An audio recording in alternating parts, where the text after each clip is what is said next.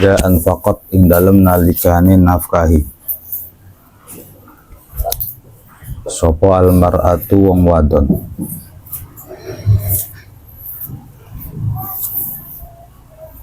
mimbaitiha saking umahe suamiye mar'ah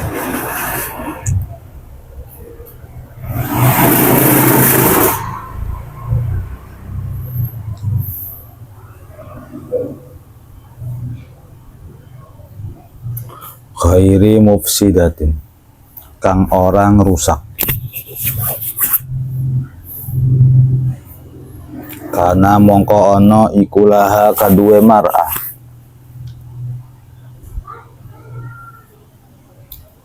opo ajruha ganjarane mar'ah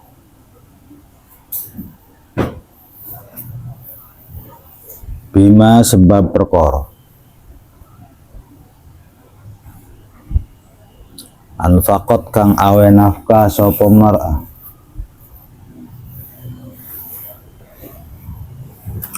wali zaujiha lan kaduwe suami mar'ah iku kaduwe suami mar'ah ajruhu utawi ganjarane zauj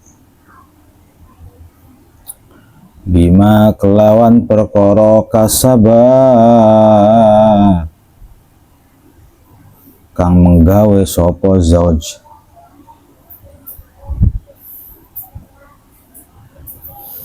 walil khazini lan iku kaduwe penjaga mislu dzalika utawi sapadane mengkonon infak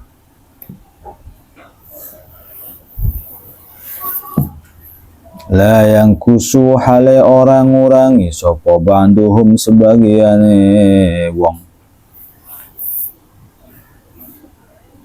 min ajri ba'din saking ganjarane sebagian syai'an ing sewiji-wiji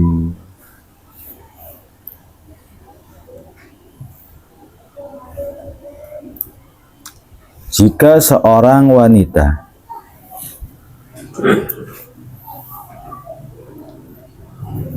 menginfakkan harta suaminya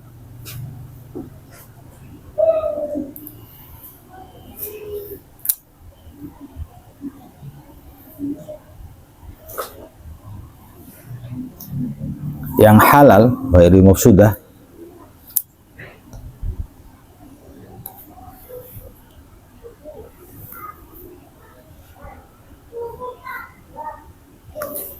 maka dia akan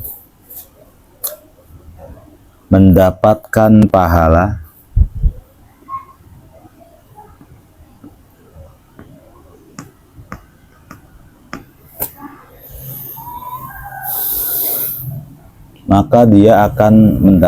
pahala karena infak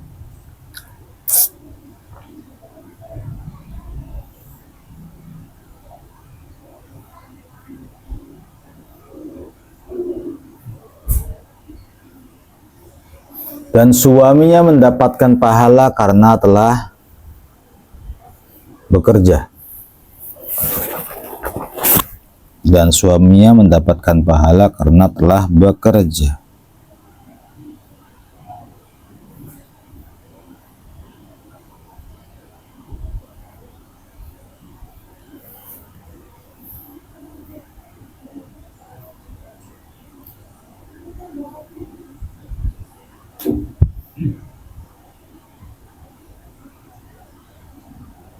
Begitu juga sang penjaga rumah.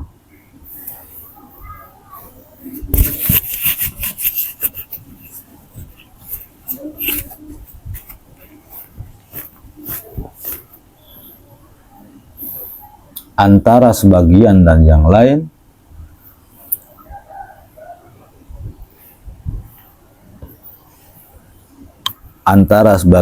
yang lain ganjarannya sama.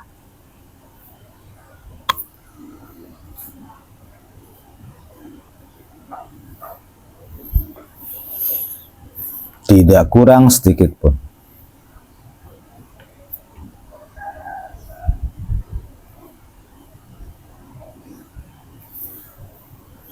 tidak kurang sedikit. Rawang riwayatake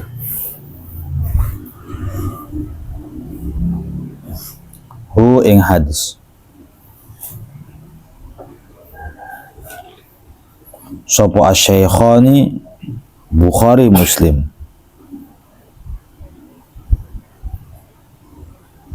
Sopo asy-syaikhani Bukhari Muslim an Aisyata saking Sayyidah Aisyah radhiyallahu anha.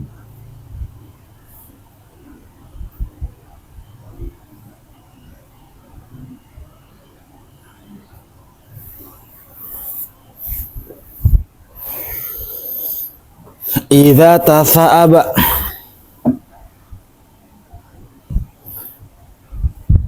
ing dalem nalikane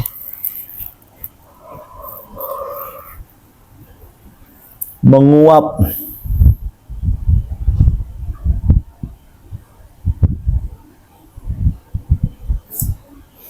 sapa ahadukum salah sijine sira kabeh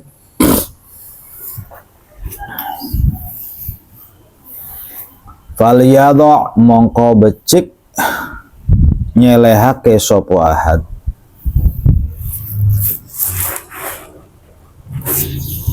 yadahu ing tangane ahad ala fihi ing atase cangkeme ahad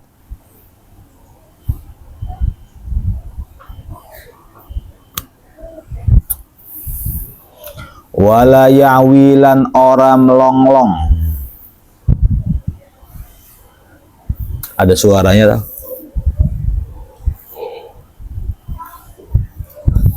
Ada suara. Nah itu awayawi. Apalagi sengaja banget. Nah kalau menguapnya tasaub. Kalau bersuara namanya yang tiwa. Wa inna syaitana krono satune syaitan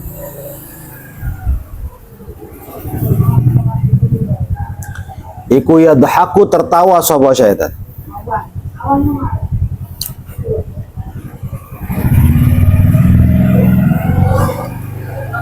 minhu saking ahad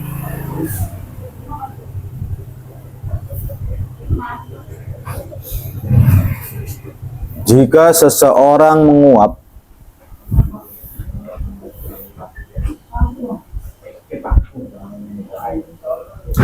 maka letakkanlah tangan di mulutnya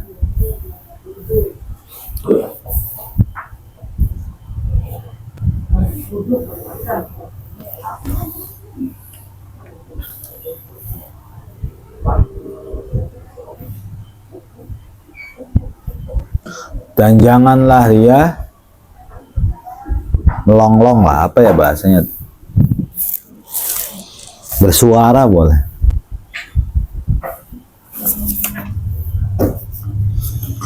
Sebab syaitan tertawa karena itu.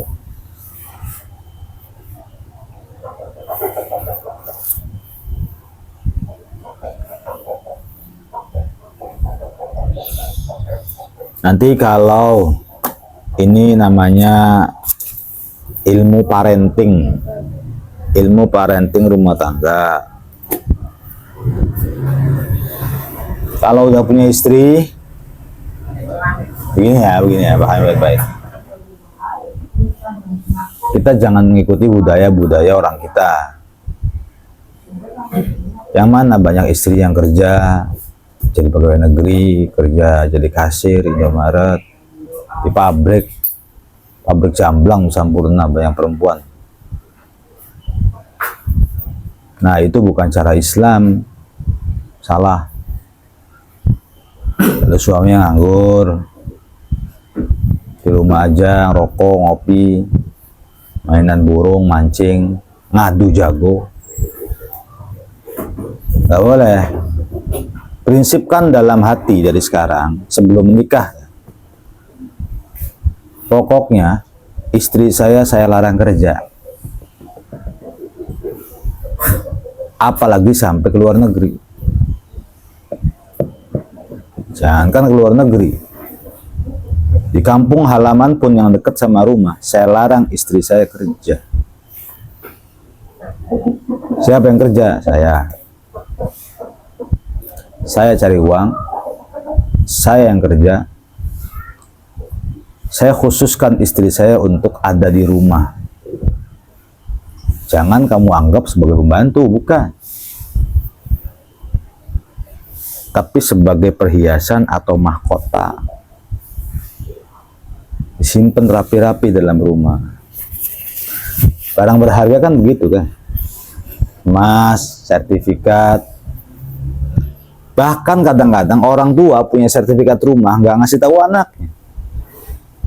Saking apanya, saking berharganya. Sebenarnya tahu juga nggak apa-apa. Cuma saking jarangnya.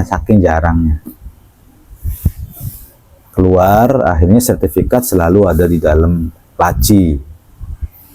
Kamu kalau punya orang tua yang punya emas batangan, Abi yakin pasti orang tua kamu nggak bakal tahu. Simpen banget itu tuh. Juga Abi ketemu sama teman-teman, ketemu sama siapa, Umi nggak usah ikut-ikutan. Asisten mah biasa, cuman kalau Umi jangan ikut-ikutan. Jangan ikut-ikutan kalau Abi yang ngumpul sama teman-teman. Abinya tuh malu. Kalau istri Abi kelihatan orang tuh. Kalau bisa mah nggak usah ada yang tahu istri saya tuh gitu loh pengennya tuh. Terus cukup santai aja. Tamu-tamu nggak ada yang tahu. Oleh santri nggak ada yang tahu kayaknya. Harga diri gitu tuh. Semakin kamu banyak ngajak istri, maka semakin rendah harga dirinya. Istri butuh jalan-jalan, ya. Tapi bukan berarti kau pertontonkan wajahmu di depan teman. Kau pertontonkan wajah istri di depan teman-temanmu. Ajak jalan-jalan ke Paniis, kemana, ke ini, ke ini. Apalagi kita punya tongkrongan, lalu kita memperkenalkan istri kita ke tongkrongan tersebut. Ya salah. Boleh kita punya sahabat, punya teman karib, tapi jangan kenalin istri kita ke mereka. Mana istri kamu lihat? Mau ngapain? Gitu. Mau ngapain istri saya? Saya di rumah. Jadi ajak dong. Ini istri saya aja diajak. Ya kamu mau ngajak istri kamu silakan. Saya nggak bakal ngajak istri saya. Gitu laki-laki. Tongkrongan, ya sama sahabat. Ayolah supaya istri kamu bersahabat sama istri saya. Enggak usah. Cukup saya yang bersahabat dengan kamu. Ngerti kan?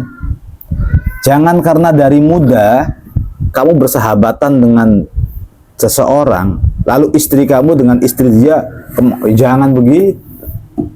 Jangan ikut alur jalan-jalan, ayo ke puncak bareng. Enggak ke kafe bareng, enggak ada. Cukup kita gentle menghadapi teman-teman kita sendirian. Teman-teman kita mereka bawa pasangan, bawa istri, silakan. Saya sendirian. Anak-anak pun nggak saya bawa. Mahkota yang tersimpan, yang tersembunyi nggak akan saya umbar-umbar kemana. Gitu. Nggak apa-apa, memang tujuannya mau tak simpen aja istri itu, gitu aja. Karena harta berharga. Karena itu kalau ada seorang istri yang berselingkuh dengan sahabat suaminya, ya salahnya dari awal kenapa sang suami mengenalkan sahabat dengan istrinya. Banyak gitu. Jangan pernah dianggap nggak apa-apa, saya percaya sama sahabat saya. Anda baik, hati Anda tidak suudzon, tapi hati istri Anda dan hati sahabat Anda nggak tahu kan. Apalagi istri kita tuh cantik, baik, murah senyum. Apalagi kita tinggalin ke WC kemana, lalu teman kita ngobrol dengan sahabat kita, kamu salah. Meskipun nggak pacaran, meskipun nggak ngapa-ngapain, meskipun nggak selingkuh, kamu salah. Sudah membiarkan istrimu dan sahabatmu berkholwah meskipun di tempat rame. Jangan kasih kesempatan ngobrol. Nah, apalagi tukar-tukaran WA, wah kamunya keterlaluan kalau biarin. Istrimu dengan teman kamu chat-chatan, kamu keterlaluan sebagai suami. Bilang sama istri, jangan punya nomornya. Bilang sama sahabat, jangan punya nomornya. Meskipun dulunya kamu sama istri kamu ditemukan oleh sahabat kamu, dipertemukan. Tapi ketika nanti sudah menikah, kamu simpen rapi-rapi istri. Kalau bisa pakai cadar istri. Kalau bisa. Ya harga dirinya hebat. Ibu rumah tangga yang hebat pakai cadar sebenarnya. Supaya kecantikannya nggak ada yang tahu, cukup dinikmati oleh suaminya dan anak-anaknya. Suami yang baik tuh gitu.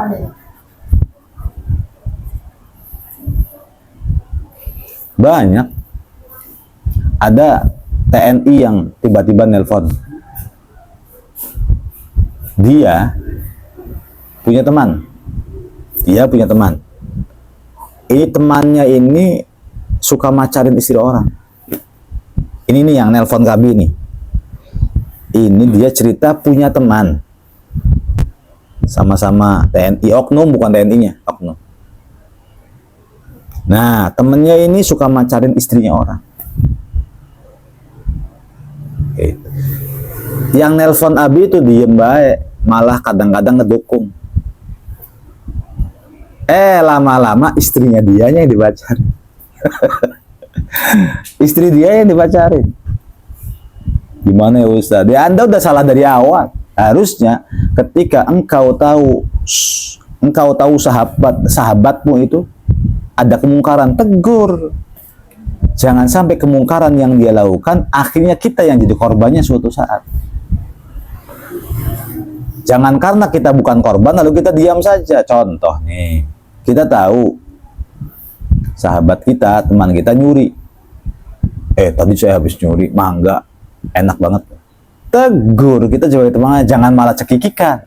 Hebat kamu manjatnya, kamu kayak kerak kamu. Jangan, kamu mencuri. Iyalah, udah biasa kita mencuri sampai Sidratul Muntaha juga saya naikin. Jangan, nggak boleh. Saya nggak suka ya punya teman seperti itu. Al-hubbu fillah wal bughdu fillah. Saya bersahabat karena Allah, bermusuhan pun karena Allah gitu. Itu orang muslim tuh al-hubbu fillah wal bughdu fillah. Saya menjadikanmu sahabat karena Allah dan saya menjauhimu karena Allah juga. Jangan gitu dong, kembalikan kepada pemiliknya. Gitu, kamu sebagai teman begitu.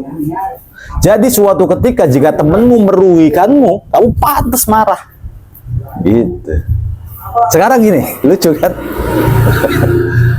Teman kamu suka nyuri, kamunya diem malah ngedukung. Lalu teman kamu penyakitnya bikin kamu jadi korban, nyuri punya kamu, gimana coba perasaan? Wong kamu dulunya pembantunya aja. Maka kalau ada orang yang ngelakuin kemungkaran, tegur, jangan gak enak negurnya. Salah. Saya udah bisa pacaran sama istrinya anu. Salah kamu. Ya kenapa salah? Yang benar bukan istri kamu, bukan istri saya, kayak istri orang. Salah kamu. Dusun kamu jadi orang.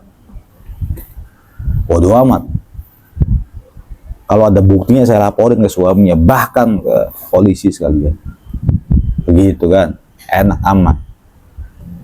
Kalau kita udah tahu digituin, belum nyentuh istri kita saja, kita sudah marah karena dia nyentuh istri orang, dia tidak akan mungkin berani masuk rumah kita.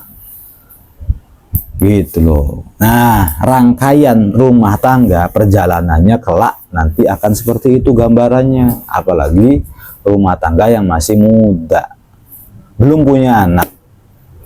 Cobaannya itu punya anak 1, anak 2. Karena istri kita masih muda, kita masih muda. Kadang-kadang kita masih chat-chatan sama lawan jenis gitu. Jangankan kenalan sama sahabat saya, kamu kerja di sebuah tempat, jaga toko, ayah larang gitu. Tapi kamu yang kerja sebagai suami jangan malah nganggur, mainan burung baik seperti memang aneh. Artinya kalau suaminya nganggur, izinkan istrinya untuk kerja gitu loh. Tapi kalau suaminya mencukupi, punya uang banyak, maka jangan izinkan istri saya bekerja. Nah, nanti kalau ketemu sama saudara-saudara nih, nggak usah bawa istri. Ayo kumpulan saudara, ada kumpulan Bani Joko misalnya. Udah kamu yang datang, bawa tangan aja begini gitu, kan? Mana bang istrinya? Nggak bawa. Ini anak-anak aja saya bawa. Sampai 4 tahun, 5 tahun saya itu selama bersahabat dengan Anda tuh sama sekali nggak pernah lihat wajah istri Anda. Oh gitu ya? Enak kan gitu. Facebooknya, oh saya Facebook, nggak ada istri saya. Istri saya hanya di rumah saya. Begitu bisa kan lah, bisa praktekin begini nanti ya kalau dari rumah tangga. Jangan ikut-ikutan teman-teman kamu. Siniin dong istrinya mau kenalan. Kesiniin dong, nggak ada. Tapi kalau yang ngomong orang tua, bilang aja, uangnya pemalu, Bi. Kalau sama perempuan nggak apa-apa.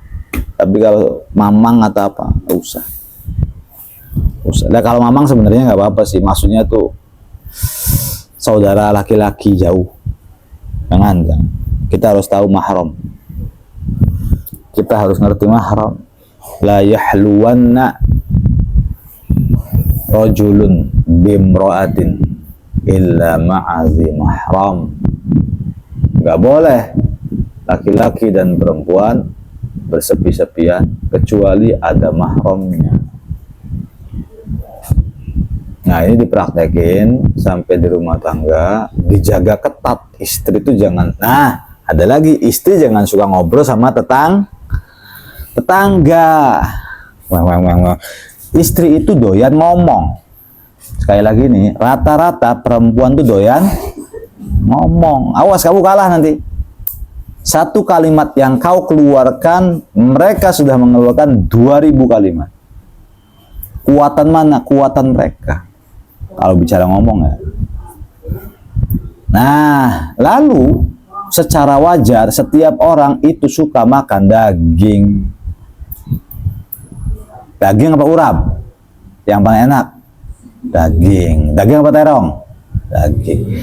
Nah, ribah itu di dalam Al-Quran itu dikiaskan seperti makan daging. Wala yaghtab ba'dukum ba'da ayuhibbu ahadukum ayyakula lahma akhihi maitan fakarihtumu wala yaghtab ba'dukum ba'da. Janganlah ngeghibahin orang lain. Ayuhibbu ahadukum, apakah seseorang mau ayyakula lahma akhihi maita, memakan daging saudaranya? Fakarihtumu, pasti mereka benci dan gak mau. Nah, daging itu enak. Dulu di zaman Nabi SAW, kan kalau Nabi keramatnya manjur.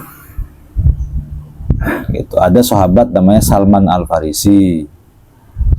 Salman, kita lagi perjalanan nih, bikin tenda. Lagi bikin tenda, sahabat bikin tenda, tiba-tiba Salman Al-Farisi datang. Sahabat-sahabat lagi bikin tenda nih, dianya masuk langsung tidur coba. Salman Al-Farisi. Kalau kita jadi sahabat-sahabatnya gimana?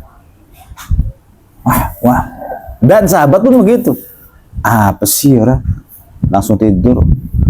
Langking kerta? Iya. Beres, orang lagi pada capek, dia tiba-tiba langsung ke tenda, nggak apa ya, ngomongin. Setelah Salmannya bangun, panggil man, sini man, sama sahabat-sahabatnya. Ya, man, saya tuh tadi lihat ada yang ngirimin daging ke Nabi. Coba kamu datang ke Rasulullah. Disuruh. Salman datang ke Rasul. Ya Rasulullah, Ada daging nggak? Katanya ada daging kiriman. Buat siapa, Man? Buat teman-teman. Orang udah makan daging tadi. Akhirnya Salman balik ke teman-temannya. Apaan? Kamu kata Nabi udah makan daging? Teman-teman, belum. Kapan makan dagingnya? Orang kita belum makan.